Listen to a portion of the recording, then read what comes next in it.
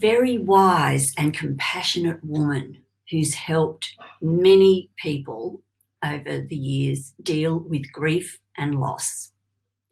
She's an inspirational psychologist and consultant who teaches internationally at the intersection of resilience and flourishing, author of Happiness After Loss, Dr. Maria Sirois from the USA. So lovely to see you, Maria.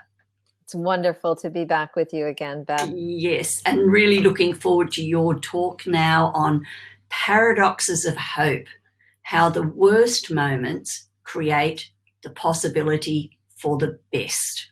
Thank you, Maria. Over to you. Thank you. Thank you.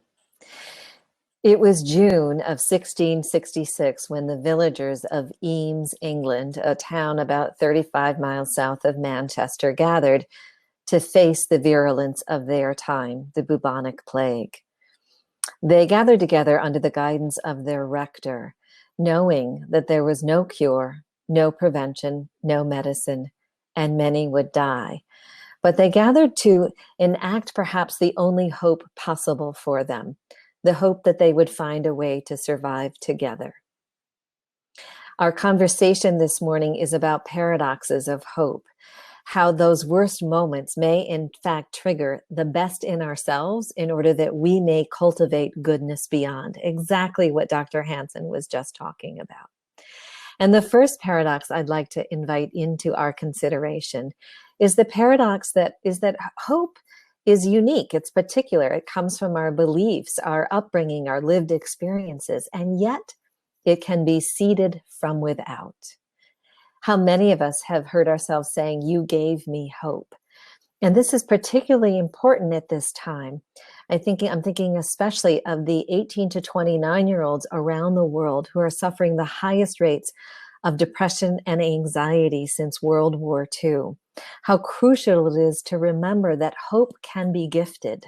So as we do our work of sustaining ourselves, the kind of stillness that Dr. Hansen was referring to, and building strength and courage while we build calm, we can potentiate hope in others.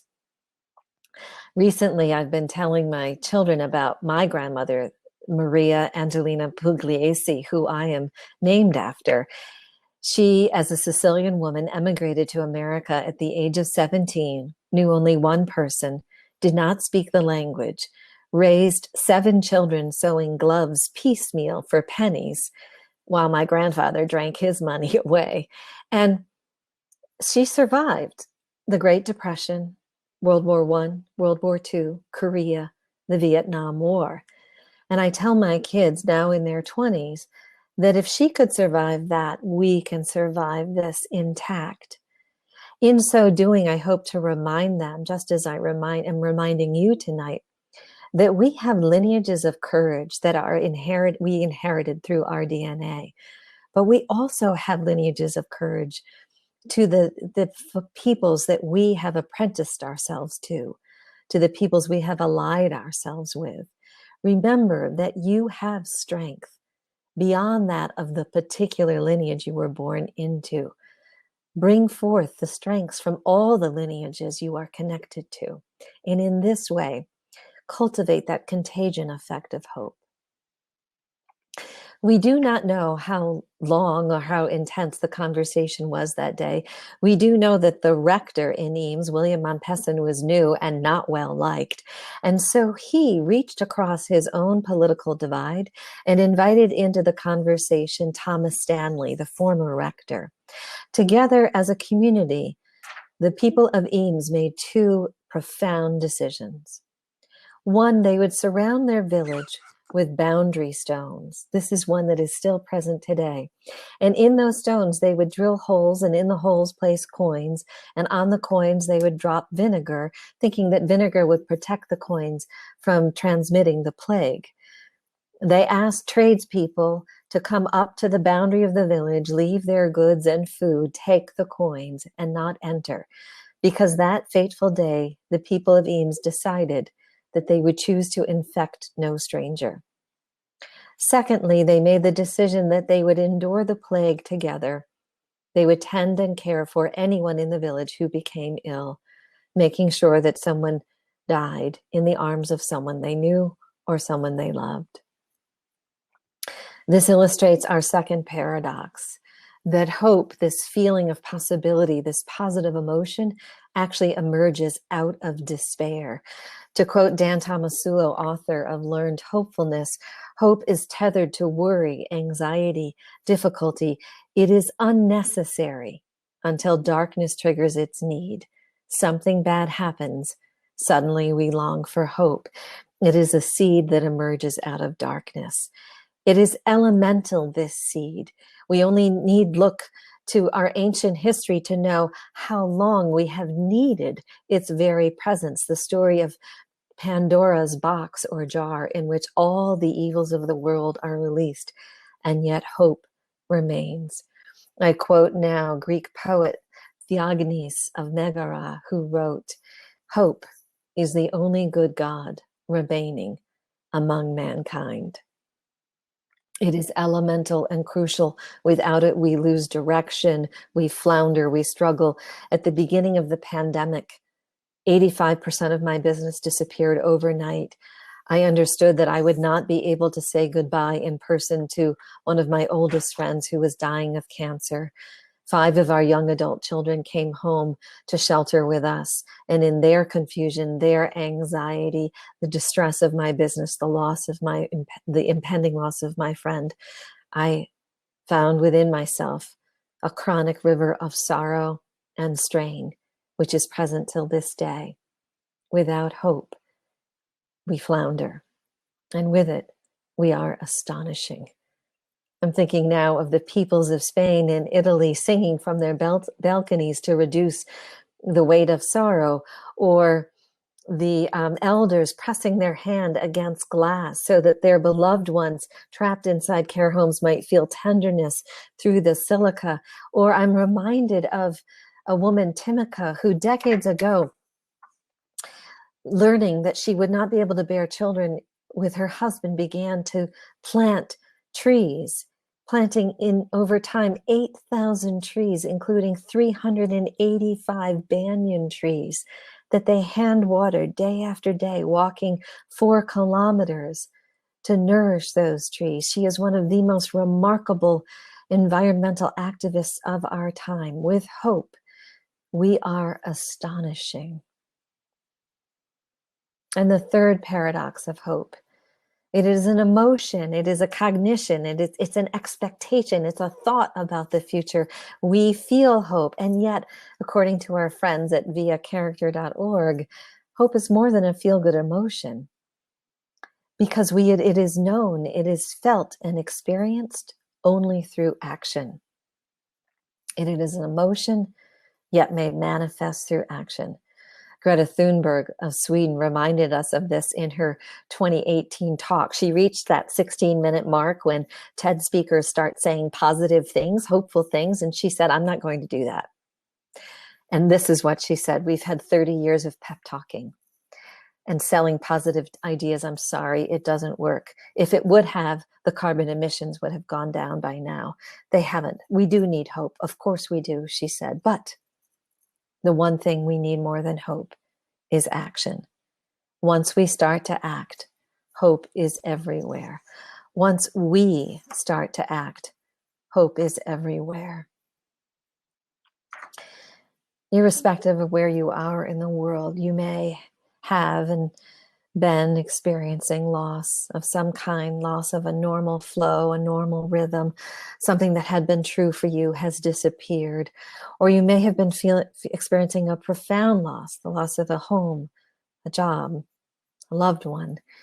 And some of us have suffered grave injustices over time, only made worse by this time because of our race or our color, identity, our geographical location, our differing abilities. Some of us have found an unjust world even more unjust. We must not fool ourselves. This is an excruciating time, and yet it is the exact moment when the jar is opened and hope emerges. But it is only known through our actions. At this very moment of crisis, we are at the vertex of change, when hope becomes the living possibility. I suggest action that enables 3 capacities: the capacity to endure, the capacity to endure well with health and wisdom, the capacity to endure well with health and wisdom in order to bring goodness to another. There is no other resilience than this at this time. There is no other necessary hope than the hope to endure well so that we might bring goodness to another. Please, in this moment, bring to mind someone for whom you would like to bring goodness alive in this world. Someone for whom you would like to catalyze hope. How then might we endure with health and hope in order to do this? During the 14 months that the bubonic plague swept through Eames, somewhere between 50 and 75% of the villagers died, sometimes 6 a day. One woman, Elizabeth Hancock, lost 6 of her children and her husband during an 8-day period. If you go and visit the village today, you will see the plaques of those who died and those who cared for them. And in the center of town, a row of houses with plaques on them marking the names of those to die first from the plague.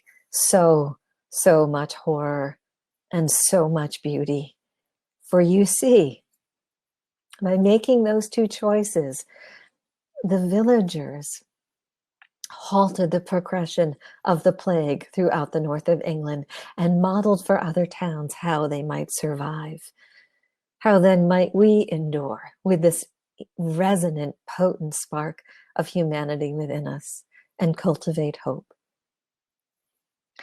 From the field of appreciative inquiry, I suggest that we learn to ask better questions. Throughout this pandemic, I've been haunted by one question: I'm not doing enough. Am I doing enough? I'm not doing enough. And it has drained me and exhausted me. And the truth of the matter is, I haven't rescued a koala. I haven't traveled thousands of miles to put out a forest fire or fix the effects of a hurricane. I haven't adopted a child. I haven't fed a village. I have not done everything. And yet it is the wrong question. I am asking the wrong question. The better question, the question that might give life to any one of us, is how might I repair my small corner of the world today? What goodness might I bring forth in small gestures today?